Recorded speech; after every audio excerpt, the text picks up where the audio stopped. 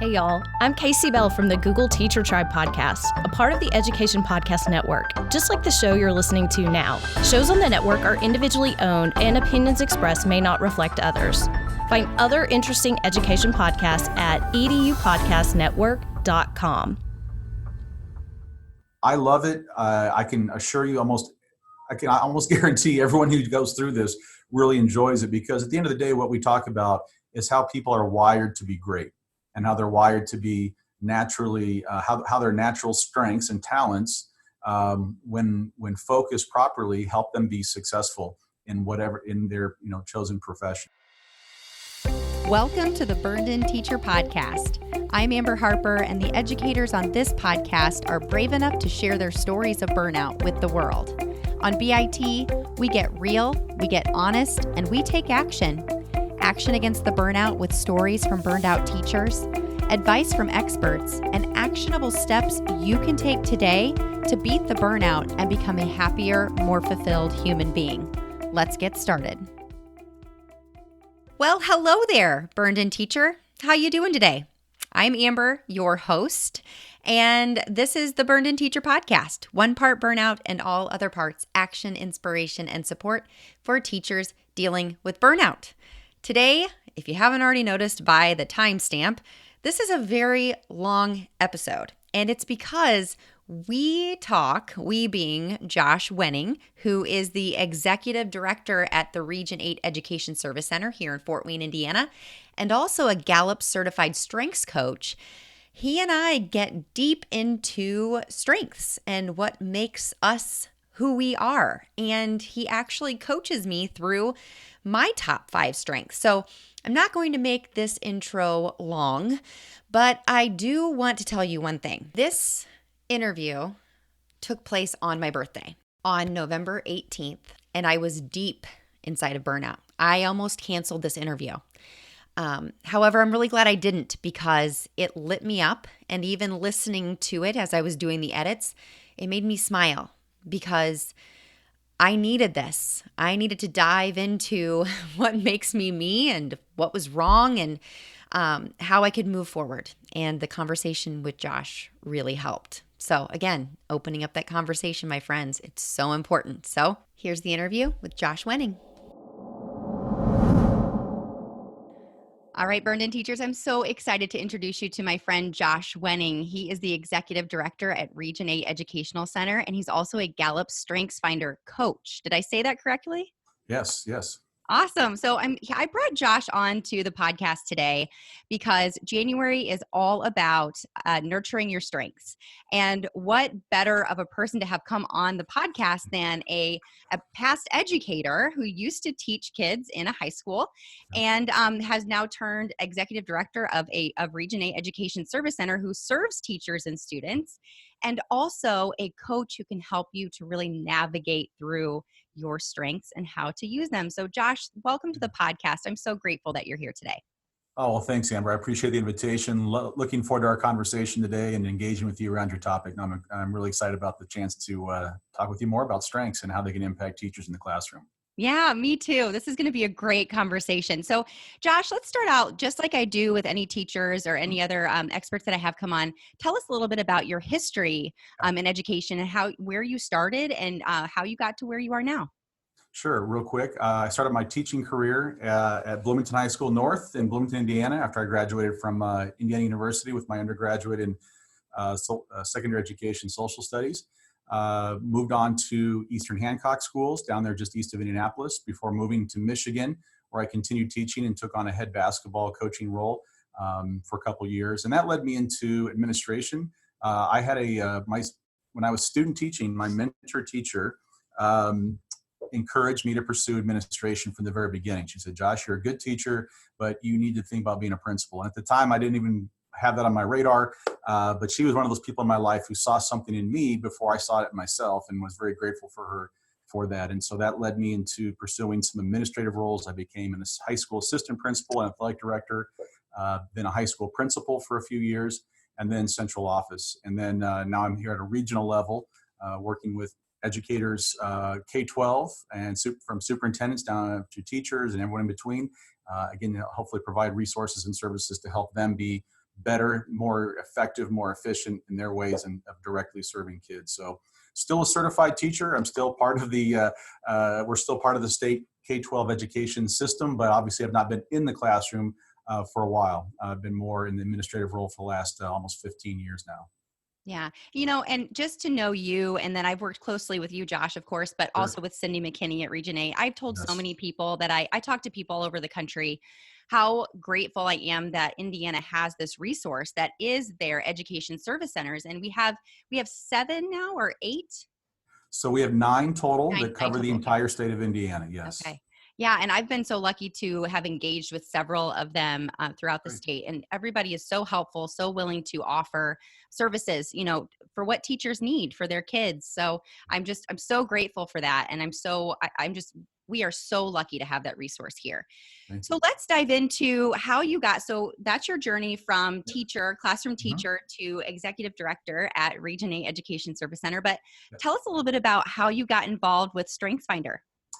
Great question. So that starts with our partnership that we've had here with Region 8 with the Northeast Indiana Regional Partnership, which is an economic development segment of our region. And we've had some actual grant work through them in partnership with them that actually directly impacted schools. A lot of our schools who had some project-based learning initiatives, that was part of a grant that we were working with through them.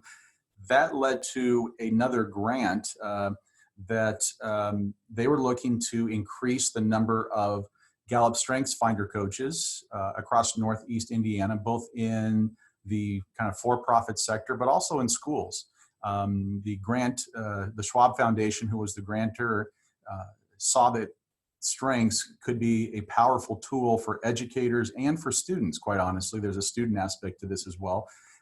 And so you needed people who were willing to take a deeper dive, to become trained, to become certified as coaches, who could then in turn work with educators and students. And so I was very blessed. Through that grant, I was able to have my training paid for. And quite honestly, it's not an inexpensive endeavor. It was probably about the same amount as my first master's degree, quite honestly, when I looked at the amount. So blessed to have a grant behind that. And basically the only expectation is that we go out and use it to help people. And so that was back in a couple of years back now, almost 3 years ago now, that I pursued that certification.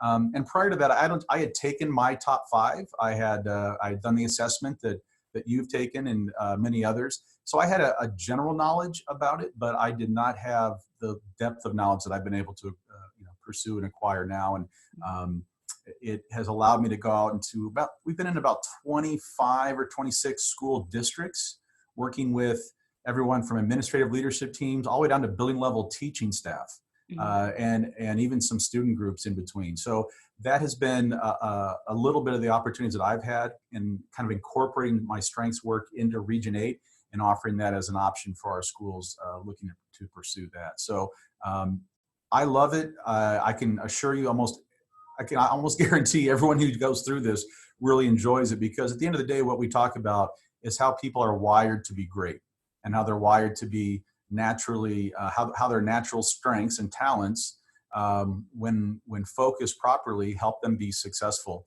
in their chosen profession. So it is, I'm blessed to be able to do that in my job, and I'm passionate about trying to help other people, especially educators, be able to do the same thing for themselves. What I love about what you just said, whenever you go into districts, is that you don't just do the assessment with building leaders and administrators, that you actually do it with teachers as well. Something that I consistently have to remind teachers is that they are not just a teacher. They always seem to use that word just to describe their title. They're leaders. They are just as important, if not more important, than the building leader when it comes to their leadership in the classroom. Would you agree with that? Totally 100%. Research, when you talk about what is the biggest impact on student learning and achievement, it's the classroom teacher. When it comes to leadership in buildings, teachers have a tremendous opportunity. Now, granted, every building is different. I know it's not obviously the same building to building, but there are opportunities there. And I think through strengths, and I'm really interested too, because you have some natural strengths in yourself that would lend itself to that exact point about the desire to pursue some leadership opportunities. But I definitely would encourage every teacher to be involved, be engaged, and obviously not just in their classrooms, but what's happening within their school. from school improvement to committee work to I encourage teachers to consider things, not to take us on a tangent here, but I always wanted my staff to lead into me. So when I was a principal, I knew I didn't have all the answers. I knew I was good at some things, but I need all of us together, working together to help our building be successful for our students. And so I encourage my staff to lead up. That was the term I use. I lead up. Lead into your leaders, whether it be your assistants or your principals or whoever, and not in a way to be accusatory or attacking, but to say, for a teacher standpoint, how can I work with you to help you be more informed, to make better decisions, to consider different options that maybe sometimes aren't always considered. Because as a principal, once I got into year, I'd been removed from the classroom at that point for several years, and now I've been removed for 15 years. I do not claim to have a full understanding of what that classroom teacher in the trenches every single day is dealing with today. I've been removed too long. I need people who are experts to lean into me, to help me so that I can make better decisions. And hopefully those opportunities are there for teachers in their individual buildings as well. Yeah, I hope so too. That's what we can all hope, right? Yeah. So Josh, before we dive in to your strengths and my strengths and how to analyze those things, I'd really like to actually start with the first piece of the experience. How does someone actually get to the assessment? Sure. So there's probably the easiest way for someone to be listening to this is going to be through the one of the books that Gallup offers online. Amazon's probably the easiest way to get there. If you look at a book called Strengths 2.0, it's by Tom Rath, R-A-T-H. It's about a $15 hardcover book online. Again, you do need to buy it new because there's a one-time use code attached to that. So I would warn viewers, if you buy a used book, the code will probably be used and therefore won't be much use to you. But in the back of that book is a code that tells you where to go online to take an assessment. It's about 140 questions, kind of on a Likert scale, and takes anywhere from 20 to 35 minutes to take. And it's all about looking at preferences and how you view yourself in different scenarios. And it's an interesting assessment because they're not opposing factors, right? So it's not, do you like black or white? It's, do you like dogs or do you like spaghetti? Or something like that, right? And you're like, wait a minute, I like both. And where do I slide my did you find that when you did? Yeah, well, that's what I was going to say. Don't let the fact that there's 140 questions deter you from actually taking this leap, because it's actually really, I thought it was really fun to take the assessment. I mean, who doesn't want to take an assessment all about themselves, right? And the questions really make you think about, what do I truly enjoy? What do I truly prefer? Where am I truly the most comfortable? And it really makes you think very meta. You have a lot of meta thoughts about your own thoughts, your own preferences. So it's a really interesting, it's kind of a great me time, to really just sit and self-reflect. And then the results you get are just absolutely enlightening. I'll never forget the night that I took it and I'm reading it. And I got really emotional because as I was reading them, I'm thinking, these are all the things that I keep getting in trouble for. These aren't strengths. Yeah. What do you mean? These are strengths. And I had a lot of, for lack of a better word, an epiphany of, gosh, maybe I'm not doing what I am meant to do right now, in this moment. Maybe I'm just not in the right position. And that was when I had started Burned In Teacher. It was very new, very brand new. So I love that you shared those details, because it's really, it's the beginning of a really inner thought and then outward actions that you can take based on those results. If after today's episode you're wanting more, check out this month's Burned In Teacher podcast freebie at burnedinteacher.com/nurture. In it, I break down what it means to nurture your strengths, because Burned In is an 8-step acronym. B stands for begin where you are. U stands for understand your teacher brand. R is reflect on your challenges. N is nurture your strengths. E is extend your reach and possibilities. D is determine your long-term goals. I is initiate lasting change. N is never settle. So go to burnedinteacher.com/nurture and get this month's BIT podcast freebie, chapter 4 of my ebook, Burned in Teacher Training, 8 Steps to Go from Surviving to Thriving in Education. Enjoy the chapter, take action, and burn on.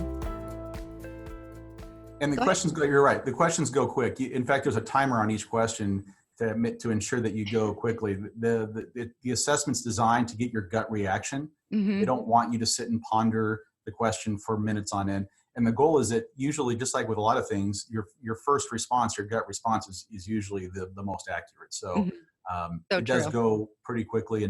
But again, it's a great initial step into this world of strengths and helping to figure out how do I understand better who I am, and then how do I maximize that to be more effective. So what are your top 5 strengths? Yeah, sure. So my number 1 is maximizer. My number 2 is connectedness. 3 is self-assurance. 4 is woo. And 5 is adaptability. I can't wait to talk about woo. Yeah, we share that one, don't we? We do share that one. Yeah.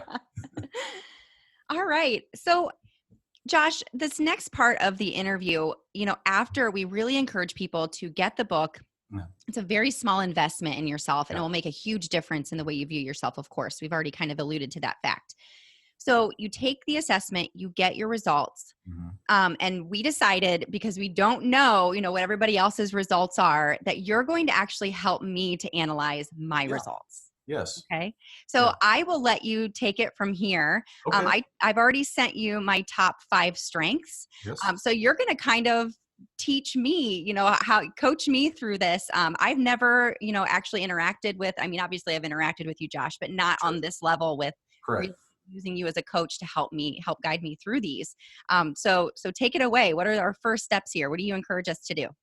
Oh, great. So thank you. So thank you for doing this. So again, to your viewers know, we've not had any kind of pre-discussions about this. This is our first, it's really like an initial coaching session. But I'm excited about that, because these are always really exciting to get into about with people, regardless of where we're at. So we do this both on a group setting as well as individual one-on-one. So this is an example of a one-on-one type coaching session, if you will. So one of the things we're going to look at here is that there are 34 total strengths that Don Clifton, who was the chairman of Gallup for a long time, identified that we all possess. We all have these strengths in us. They are just in a unique order and a unique varying intensities, if you will. It's also important to note that any one of these strengths can also be a weakness. And so you talked about sometimes these things might get in our way a little bit, and how we define weaknesses are really anything that get in our way.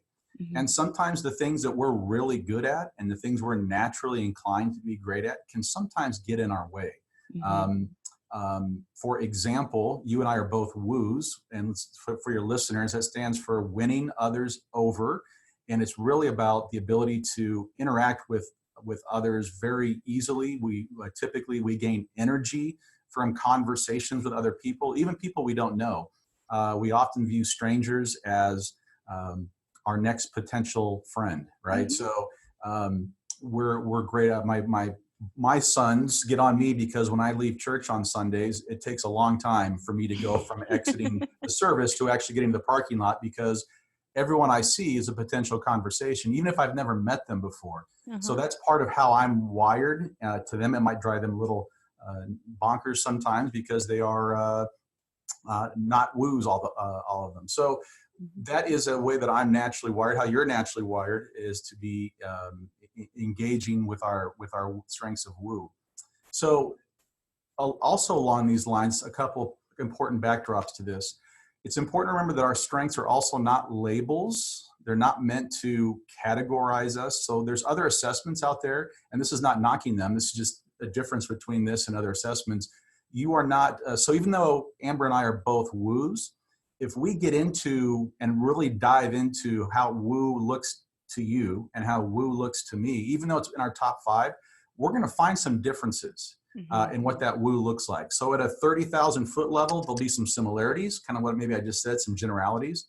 But as we get down into it, I'm going to have some things that might be different from Amber, and you're going to have some things different from me. So we want to be careful not to put people into a box and say, oh, you're a woo and I'm a woo, so everything we do around woo is exactly the same. Yeah. And that could not be further from the truth. And the big reason for that is our strengths, all of our strengths, play into each other. So your other strengths that you have are influencing how your woo works and operates. Same with mine. And so because of that, they end up all looking a little bit different. And then a couple other pieces before we really dive into this is we're all hot wired to be amazing. We have unique, what I guess Galbraith's talking about is having these super talents. We have these talents, these strengths that are oftentimes, sometimes even buried within us sometimes, that we haven't always uncovered. And they are our superpowers. Sometimes though, and Amber, I think you somewhat mentioned this previously, and we'll talk about this, sometimes those superpowers were made to think that they are a negative. And you have a couple that I'm really curious about digging into and asking questions about today, because other people might view them as such, or maybe even told you that that's not a good thing, right? And so, even growing up, because these strengths would have been present in you just like they were in me from when we were young, teenagers. And now all of a sudden, as they're being uncovered, sometimes people say things to us that, for example, like with woo, like, can't you just be quiet for a little while? And all of a sudden it's like, oh, I didn't know that talking was a bad thing. But right in the classroom, I look back. I will say one way, as you're talking about how our strengths can get in our way. I feel like already since we're on the topic of woo, that has already been something that has caused me a lot of pain. Because I assume that because I walk into a room full of strangers that are potential friends, that they also will reciprocate and want to be my friend as badly as I want to be theirs. And it's not really, I guess it could be translated into just wanting to be really included, because who doesn't want to be included? Yeah. But really it lends itself to getting your feelings hurt, or me getting my feelings hurt. When people are just being who they are, it's nothing against Amber. It's just, they don't share that woo quality. They just look at things the way that they are. My husband does not have woo as a strength. He's very, he's very analytical. He is very just, it is what it is. And I'm always like, well, what do you think that they meant by that? Like, do you think that he's like, not everybody is going to want to be your friend the way that you want to be. And he doesn't mean that in a bad way. Sure. But it's just, I can see how that can kind of, like set up a barrier, of like getting in my own way there. And now you're kind of getting into another aspect of this one is strengths is not only powerful for you as the individual, is powerful for everyone whether they're coworkers, spouses. My wife and I have both taken the strengths assessment, and it comes up frequently, kind of the similar conversation we talked about. Yeah. It's okay. Why is she thinking about things this way? Oh yeah. She has certain strengths, and really our strengths form kind of a lens, think of like a camera lens through how we're viewing the world. And so that was a great example you just gave about how when you viewed that situation, you're viewing the world through your lens of strength, saying, I'm viewing it this way. Of course I want to go connect with everybody, but then other people have their lenses and they're viewing things differently. Yeah. One of the strengths that sometimes can counter woo is deliberative. And deliberative, which is, again, just on a side note, all strength, there is no good or bad to any strength, just so everyone knows. Right. They are neutral there's no negative or positive association. There's no one strength that's better than another, or that you need this strength in order to be great at your job. That's not what this is about, just to make sure everyone hears that clearly. But through that lens, people are viewing it their own perception. So deliberative people, opposite of woo in some cases, they tend to be people that are kind of holding their cards close to the vest. They're going to be very intentional about what information they give out. And so think about that same situation you're coming into. If I'm a deliberative person, perhaps you are woo and you want to get to know me, and I'm like, I don't really know her really well. Yeah. Wow, she's aggressive. Perhaps. Because I've been told that, like, when I first met you, I was like, whoa, like you were very aggressive. And they said, not in a bad way, but I just didn't quite know how to take you Yeah. because I'm also very sarcastic. Mm, And that's turned people off, sure. you know? And so that's important so this is also a good part of our coaching part here. So it's part of this is the self-awareness part, right? So it's Mhm. knowing, all right, so knowing, yes, one of my strengths, your strengths is woo. And so having got that feedback from previous conversations to say, okay, I know not everyone else is woo. I know how I'm looking at these potentially social situations. Now, how might I be more self-aware in those situations to kind of quickly assess if someone is into this or not? Am I Mhm. invading their personal space and now I'm, or whatever, or is there potentially some opportunity to build a new relationship there? Yeah. Yeah. Um, That's a so great point. yeah. And when you're working with other people, again, think spouse, think coworkers, and let's talk about, let's keep it school related. If you've got grade level partners, team partners, whatever the case might be, when you have strengths as part of that knowledge base of where you're all coming from, you can really reframe how you interact with that person. Mhm. What I refer to this is it creates a common vocabulary, and so now it's not only the common strengths that we have, but our differences become much more easy to talk about. And it's not necessarily a negative thing. It's not about me attacking you because you're woo. It's about saying, oh, Amber's woo. So therefore that's where she gets her energy from. That's where she's naturally inclined to be that way. I don't view that as a negative. I don't attack her for that. And that's the same for any other strength. It'll be the same for you when you deal with people who don't have the strengths you have. And so Mhm. now, for example, let's compare a couple of one of your strengths again. And as I was thinking about this with you, one of your strengths, I believe, is activator. Is that correct? Yes. Yes. Mhm. So think of it as that term activator activates, want to get things started, want to get things moving, want to make it happen. Um, let's not sit around. And are any of these words resonating with you when I talk Oh, about that? absolutely. All of the above. All of the above, right? Yes. So you are, I'm going to guess when you've been in brainstorming sessions where ideas are just getting thrown up there on the wall, and how do you feel when you've been in those situations? How does it like literally make you feel? I energized, excited. Energized. Very Yeah. good. Yeah. Now And what? sometimes I have to step back. The self-awareness has definitely, as I've gotten older, Josh, I turned 37 today. Oh, happy And birthday. All well, right. thank Did not you. know that. And it's taken me about 36 years to dial it back and dialing it back is not always a bad thing. To be self-aware, Yeah. that, I still struggle. I've already done it to you twice. I've taken note of it, of interrupting. My kindergarten teacher wrote it on my report card. Interrupts, big bold letters. Took me Mm, forever to read what it was. I didn't know what it said for a mm. long time. Because I get excited, and the moment it hits my brain, it's like I got to get it out now. That's a powerful example. And it's one that, again, for teachers, another piece that I would challenge teachers to think about is this. And when I say this to teachers all the time, when we're working with kids have these strengths in them as well. Mm-hmm. And oftentimes, and I use this line all the time, Amber, oftentimes the qualities about kids that sometimes annoy us or drive us crazy are these raw, unrefined strengths of the Mm-hmm. student. Mm-hmm. So And true.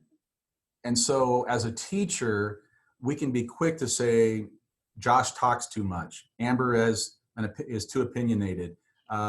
Whatever. And we assign these labels, unfortunately. And then I'm not saying those teachers are doing this intentionally, but don't get me wrong. I'm sure I was guilty of this in the classroom. It is the idea of saying, okay, we're trying to shift the way we approach kids in this. How do we help these students understand, how do we take this unrefined raw talent and shift it so that it can become a positive? Mm-hmm. Mm-hmm. We want Amber to have opinions and to stand up for herself and to be excited about learning and be excited about engaging. But if we attach negative connotations to that, what does Amber do? Yeah. What does that cause you to do? Yeah. Like Like, hold oh, back, be hold, quiet. Yeah. yeah. But I think one thing, in terms of activator is that I do have to self-check. Am I allowing other people to share their thoughts too? Am I taking over Correct. the room? Which has happened. And I unfortunately, especially young in my career as a teacher, didn't realize that I was kind of like I said, overtaking everything. I thought I was just sharing out all of my ideas, and it was all with good intention, but I was not giving other people a chance to feel like they could also have a voice. Yeah. So let me ask you this. So that's a very self-aware statement. So let me ask you, so when you started to have that realization, what did you do? What changed for you when you were in those conversations? Well, unfortunately, nothing changed in that direct conversation. It was a couple years later when I started to really reflect on why I was really struggling with my relationships with my coworkers. And, I really started to think about, and it was questions my husband asked, Jeff, he asked really good questions. And I, really started to think, well, yeah, maybe I did come across as bossy. Maybe I did come across as a know-it-all. I certainly don't feel that way. But that could have come across that way. So that's where I really started to sit back, allow for that wait time 1, wait time 2, give people a chance to respond before I would jump in, and to learn to ask questions instead of always feeling like I have the answer. Well, and again, I think it's a very mature response that you gave. I think as leaders, is you're a leader, I'm a leader, other people are, every teacher on this podcast is a leader, educator. I think one of the things that sometimes we get in our own way is when we think we have all the answers, and instead of when we should be learning to ask really good questions of the people we're leading, of the people who we're responsible, who lead us. And I think what I see great leaders do, and this is a leader being not just by title, but by influencing others, regardless of title or position, it's about asking really great questions. Master teachers ask really great questions of students. Great principals ask really great questions of teachers. And it's not about talking at them. It's about engaging them in the process of leading and learning and growing. I'm going to also hit on a word you used, and it's also one of my buzzwords. And you have, one of your other strengths is command. Command is one of the least frequent of the 34 strengths. They've done this assessment with over 22 million people around the world. It's one of the least frequent for both men and women, by the way. Self-assurance, which I have, is the other one that's at the bottom for people as well. So you have command. And command is basically, just a real short definition, is the willingness and ability to step up and take charge. It's you not shying away from an opportunity that might be hard or challenging, or might even have some conflict attached to it. Not shying away from that, and sometimes even seeking it out. And let's go back to you used a word that's a buzzword for me that I picked up on. I wish I would have picked up on it earlier in my career, but you used the word bossy. So someone along the way, I'm guessing you didn't just read that in the dictionary one day and assign that to yourself. And I'm not asking you to say where, but at some point in time, probably at least one person has used that word. Is that correct? Oh, ever since I can remember. I'm also the oldest of 4. So we've got some birth order stuff there as well. Yes. I'm the oldest of 4 as well. So there's another commonality. Yes. So when was the last time you heard the word bossy associated with a male? I have read a lot into this idea that you're alluding to, and not much, not many much. times. No. Yeah. Nope. And so somewhere back along the line, someone thought they were doing you a favor by telling you to quit being so bossy. Does bossy in your mind have a positive connotation? Does that make you feel good about yourself if someone were to say that to you? No, of course not. No, it's a negative connotation. So again, another teaching point on this is we, unfortunately, in our society, in our culture, are telling, especially young women who have leadership abilities and skills and talents, to be quiet. Don't speak up. Don't take charge. Don't have an opinion, because you're bossy. instead of saying, hey, Amber, how can we use your leadership skills a little differently and be more effective to influence the people around you? We'd say, sit down and be quiet. Don't have an opinion. Don't speak up. Don't take charge. And then we wonder why we aren't as effective as we could be in developing women leaders. 15, 20, 30 years later. Absolutely. And so that's another challenge that I have for our educators as we think about this. That was a great example that you used, is the command in you is the desire and ability to want to step up and take charge. So let me ask you this. Can you think of a situation where you did step up and take charge? There was maybe a vacuum of leadership. There was an opportunity where you stepped into it, even though there's some risk maybe associated with it, you weren't sure how it was going to turn out. Is there something that sticks out in your mind about that? Yeah, absolutely. In my first school district, there was an opening for our grade level leader. And it opened up, and I thought, there's no way, because it was the same principal who was with me when I was really challenged by my first grade level team, my first year. And if you've listened to my story, especially listeners of the podcast, you know that my first 2 years were very, very challenging, because I was put into a team of ladies who were used to doing the same thing that they had done for 20 years previous. And here I come with all my woo and my activator, and and it was a very rough 2 years. And the same principal was there, and unfortunately it was just looked at as, you need to be quiet. You need to listen. You need to do exactly what they're doing. Get on their good side. That was, in a nutshell, what I was told to do. And I tried my hardest to do that. And I just couldn't, in my heart I could not go through with it. It made me miserable to do those things.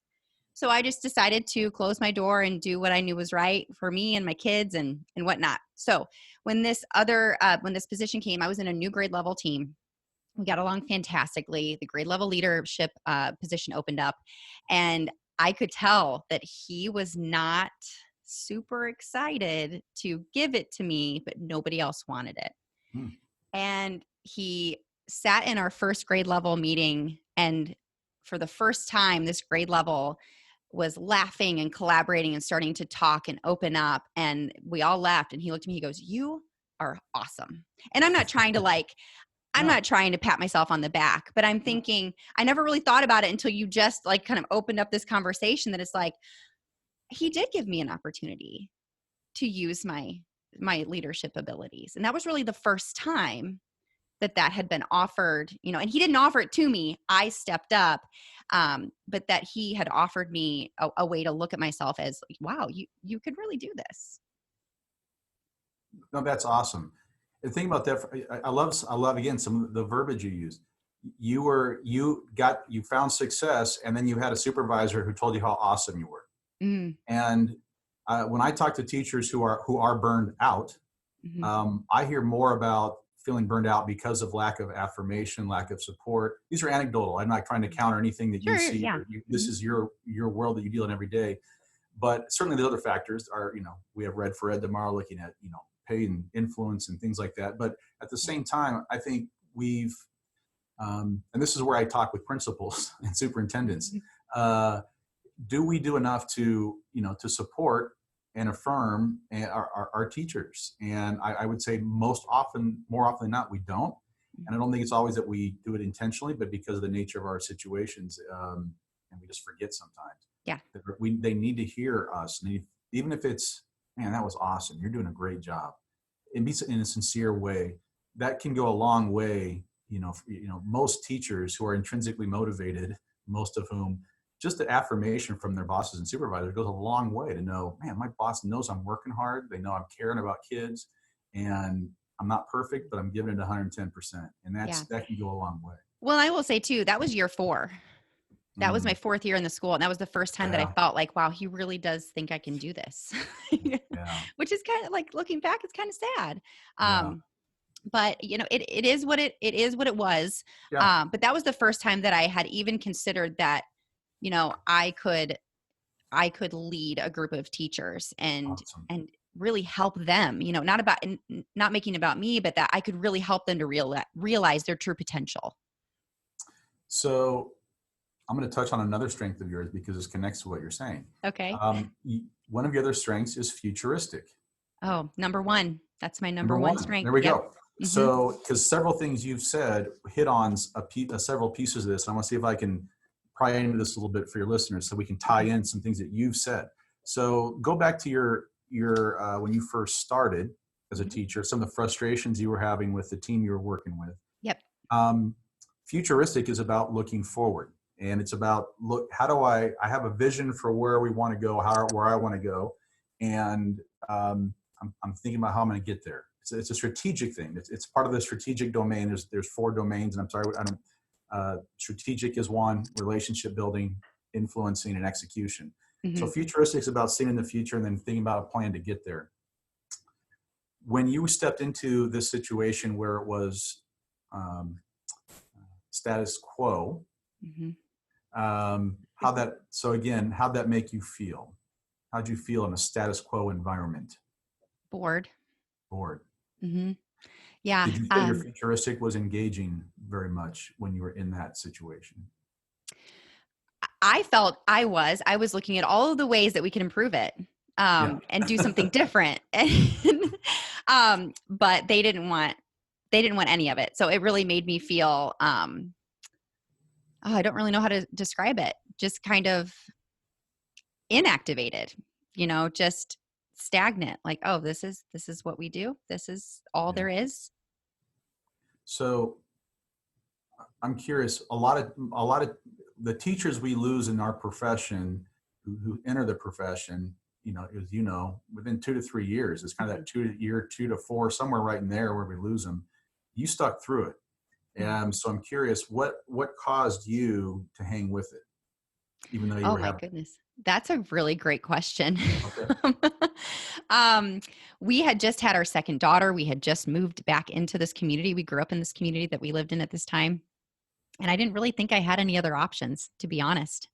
I didn't see myself doing anything else. I had a very closed, sort of fixed mindset, that I continually, and I'm sure you talked to teachers about, where I just believed that this is just where I was. This is the way it is, and it's not going to change. So either I change or I change grade levels, or I never even considered leaving at that point. I did a few years later, but not at that point. Part of me wonders, for our teachers who leave the profession, if we truly knew their strengths, if they knew their strengths and their supervisors knew their strengths, would they say that they were able to use their strengths at their school, like every day? I would guess, and I'm guessing that we don't, because this is true across any job sector. When you look at why people, and it's about engagement. This is a big thing at Gallup with strengths, and this is across any job sector. When you have people who are disengaged at work, they don't feel purpose. They don't feel they're making a difference. It's status quo. I'm coming and punching my time card and morning, leaving at the day. And that's not, none of us got an education to do that. I don't care. Right. So this is a big thing to me, because I believe in our teacher shortage, I don't care if it's a shortage or not, we have an important mission to impact kids every single day in our classrooms. And as leaders, I think our job is to empower the people who we lead to be at their very best every single day. And I don't care if you're in the office, if you're a custodian, if you're food service, classroom, an aide, bus driver, principal, superintendent, it doesn't matter. If you're not at your best every single day, that we don't have enough extra people and time. That's right. That means we're missing something, that we're missing opportunities, and ultimately our kids are missing opportunities. So what I challenge people to think about with this is, this strengths is a way for us to not only understand ourselves better, but to also understand our colleagues, our bosses, our supervisors, the people we lead. And it allows us to think about, how do I engage this person differently? To affirm who they are, know that we're different, to celebrate those differences. It's good that we're not the same. And what a shame that we had situations where other teachers could learn from you about your perspective, and you can learn from them. and you could all have been better. Yeah. And I think what's interesting is, as I'm really starting to think back on why I didn't leave, there was a teacher coach that worked in our district that did notice my strengths and did listen.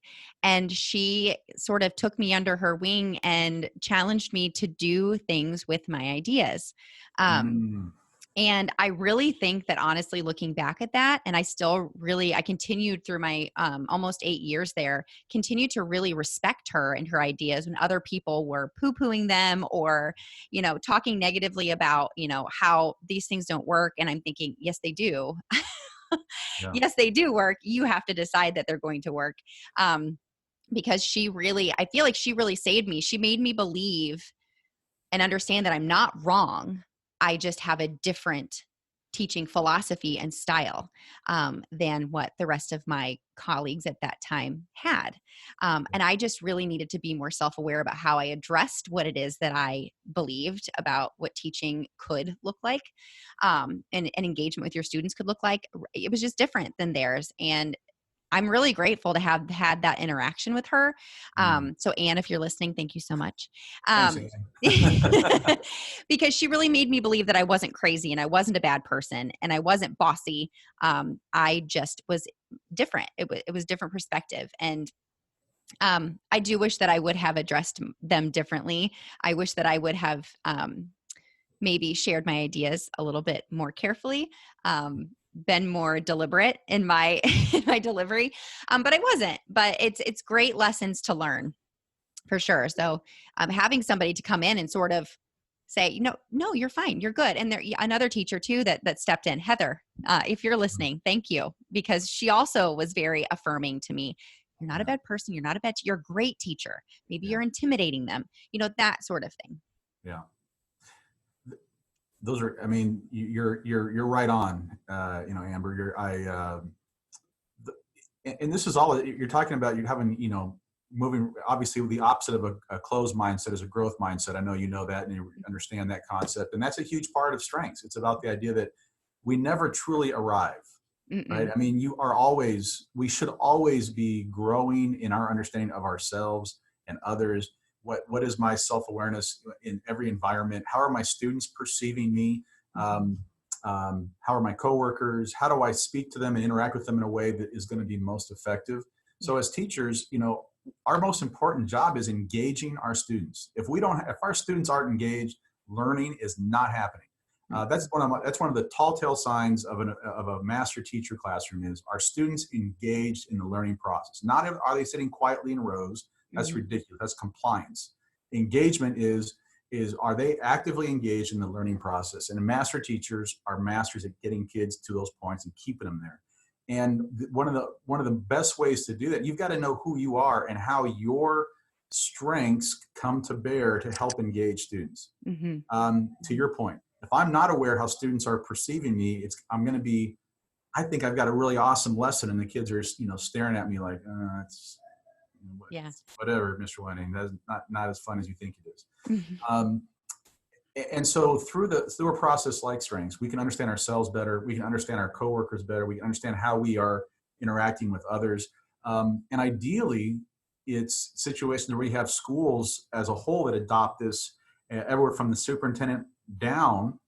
And so now all of a sudden, it's not just Amber's top 5 that I'm aware of. It's my coworkers. It's my bosses. And now all of a sudden, I can promise you conversations change, because how I used to view you before I knew what your strengths were will be dramatically different now that I know what your strengths are. And those things that might have annoyed me, or things about me that might have annoyed you, like, oh, that Josh isn't being wishy-washy. That's his adaptability kicking in. Yeah. So I know I've got to nail him. I tell my staff that. I said, staff, force me to into processes and things like that, because they need that to be at their best. For me, I hate processes. They slow me down because I know I can find a better way to do it. That's me. That's how I'm pretty sure that adaptability is probably my 6th strength.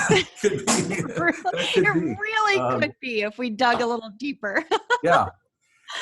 And that's a great point. I tell people that if there's a strength that sounds like you and you're like, man, that has to be me. That's what I always say. it's probably your number 6, because our number 6 is probably as influential as our number 4. Yeah. It's just that we don't reveal them all to you. And that's another little side note to your listeners.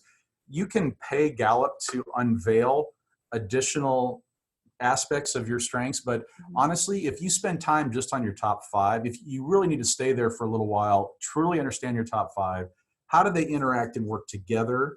Where do you see, it would not be hard for us to take a look at, where does activator and command come together for you, right? That's where that's a depth of understanding on that. I want to go a little, if I may, and please. If you had other things that you wanted to ask me about, we definitely need to do that. But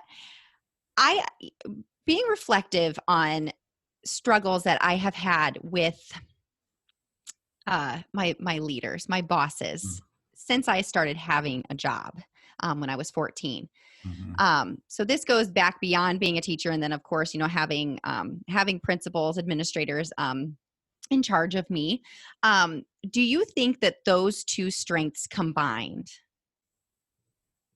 do you think that those could have maybe gotten me in some trouble whenever I do speak up, when I'm not afraid to rise to the occasion, or, a consistent problem continues to arise and I say, we should do this, or have you thought about this?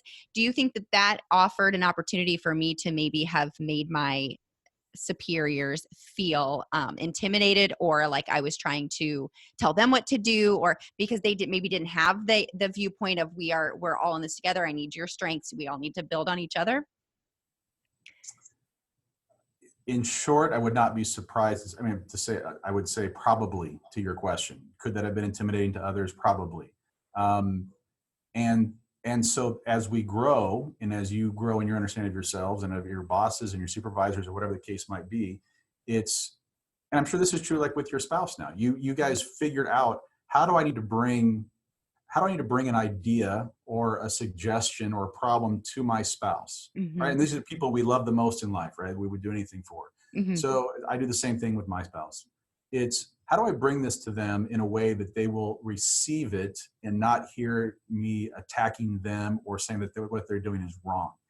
And so what I would encourage in these, and I'm sure this is probably what you've been able to figure out along the way, is how do I maintain and celebrate and embrace my activator, wanting to move stuff forward and get stuff done, my command, my desire to speak up and being willing to have a tough conversation, being willing to take on tough topics, at the same time sharing that in a way that is not going to be or is not as intimidating as it could potentially be to colleagues or supervisors. And I think what that goes back to, Amber, is I'd go back to, it's that learning probably to ask really good questions. Well, it's interesting that you bring that up, because I read The 7 Habits of Highly Effective People way too late in life. And I read that book in 2014 for the first time, and I thought it was groundbreaking. I couldn't believe I had never heard of this book before, and it is an oldie. It's been around forever. Yeah. But the one that sticks out to me the most is understand before trying to be understood. And I wish so badly that I would have had somebody in my early teens tell me that it's really important to approach especially tough situations with understanding instead of judgment. Assuming that people are being intentional about how they're sounding or what their idea is, but coming from seeking a place of understanding. So help me understand is how, when I started reading that book, 2014, I started approaching tough situations with, can you help me understand? And it changed everything. And I'm not going to say I'm perfect, and I never came from that place of, activating and command again, but I definitely took some time. I stepped back and came from a place of deeper understanding. I started asking questions before sharing my very strong opinions about situations. Yeah. And that's awesome. I mean, and again, I would put the 7 Habits as one of the top 10 must-read books for anybody, any professional. And then obviously there's a teen version. So if you've got kids, we have that one for our daughter. Mm-hmm. Yes, that would be another must-read. I would also, so if I was coaching you, let's say for example, that was something you were still struggling with as far as that activator command combination. Mhm. Another foundational book, in fact, I just led a workshop on this a couple of weeks ago, is Crucial Conversations. Ooh, And okay. what Crucial Conversations does, and I highly recommend Crucial Conversations for any teacher who, again, I believe every teacher is a leader. But if you're leading other people, if you're a department head, if you're a grade level team leader, whatever those leadership where you are in charge of other people in whatever capacity, Crucial Conversations is another an important part of that, because in a nutshell, what it does is it gives you a process that when you have to have a crucial conversation, you should have this kind of planned out ahead of time. How do I need to have a talk with my principal? I have opinions, I have concerns, whatever. It lays out how to have that. It cues you into specific language to use in an intentional order. I have to confront a coworker. That's another really hard one for teachers. Oh, for sure. You're a department leader. Maybe you're getting a couple $100 extra bucks a year, if anything. And all of a sudden I have to tell my colleague that what they're doing is not appropriate, or they're not following our team guidelines. Sure. This is a great book and process. It's very simple. You can even look it up very quickly on the internet. Just look up Crucial Conversations. It'll break it down. And so that's where I would coach and ask you questions as well, is how do we help you be more intentional, not to these are strengths. These are good things that you're willing to have tough conversations. You're willing to say tough opinions. You're willing to take risk, to say things that might cause some feathers to ruffle. Mm-hmm. But we don't want that to diminish that. We don't want that to be stepped on and crushed, because otherwise we're losing out on an even better outcome if all we do is tell Amber to be quiet and stay in the corner. Mm-hmm. And that's true of now. And let me tell you the opposite of this. The opposite of this is that teacher who is that deliberate, is high context. I need to understand the problem better before I can offer you my opinion. I need to research this a little more. I need to think about it. Sometimes those teachers who don't always speak up right away, they're not high woo, they're not high adaptability. They're thinkers. Mm-hmm. I used to think these teachers were sticks in the mud. Why don't you get on board with my really great idea? Because they're thinking. Mm-hmm. And guess what? And we need them. We need that. We need them to rein us in. You need to rein us in. My really great idea is now a million times better because the thinkers thought about it. Yes. Asked good questions back, and I'd be like, yeah, you're right. I didn't think about it that all the way through. Yes. Yeah. Now our outcome is better. And in the end, and I wish I would have known this when I was a principal. And I apologize to my teachers who were subject to Josh Wenning at 32 years old trying to figure this stuff out. And I couldn't figure out, man, why doesn't that teacher understand how awesome this is? Mm-hmm. And so it's true for all of us. It's knowing that when we're having trouble connecting with our colleagues or our bosses or supervisors, if we can put it in this format of strengths, how are they looking at this? How do I need to phrase this or frame this in a way, going back to what you said, to help them understand that I can understand where they're coming from? Mm-hmm. Now we can have a conversation. Yeah. Sorry, I went around in circles on a few things there, but no, I think it's perfect. I think, if you're finished asking me questions and coaching me through these strengths, you've really helped me to do a lot of reflecting. It's actually a great way to go ahead and end the conversation. I mean, I feel like you and I could really talk quite a bit longer about all of this. It's so interesting. And I really encourage you listeners, if any of this has sparked curiosity in you, to bring it up at a grade level meeting or with your principal, because this can really strengthen you. Our different strengths make everybody stronger. They really, really do. And especially like we've just talked about, coming from a place, it helps you to come from a place of understanding quite a bit better, because we're not just guessing what people are thinking or how they're feeling. It really is a process, it just is. And to assume that everybody's the same and should look at everything the same is just unfair. Nope. And it just creates chaos. And Lord knows we have a lot of that going on right now in education. Yep. Mm-hmm. Yep. One last book I want to plug for our teachers. I don't know if that's coming up backwards on the screen. Oh, yeah. It's called Teach with Your Strengths. Okay. Teach with Your Strengths by Rosalind Leaveslin and Joanne Miller. It's on Amazon.